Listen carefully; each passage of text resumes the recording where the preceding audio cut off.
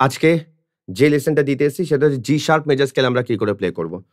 So জি sharp major scale play করব আমরা কোথা থেকে প্লে করব আমি দেখিয়ে দিচ্ছি। সেটা হচ্ছে 4th ফ্রেট 6 স্ট্রিং, এইটা হচ্ছে জি sharp note. 4th freight 6 string, 6 string এর এই নোটটা হচ্ছে জি শার্প। তাহলে এখান থেকে যদি জি শার্প নোট প্লে করি তাহলে আমি প্রথমে ফ্রেট দিয়ে বলে দিচ্ছি অ্যান্ড দেন ফিঙ্গারিং দিয়ে বলে দেবো।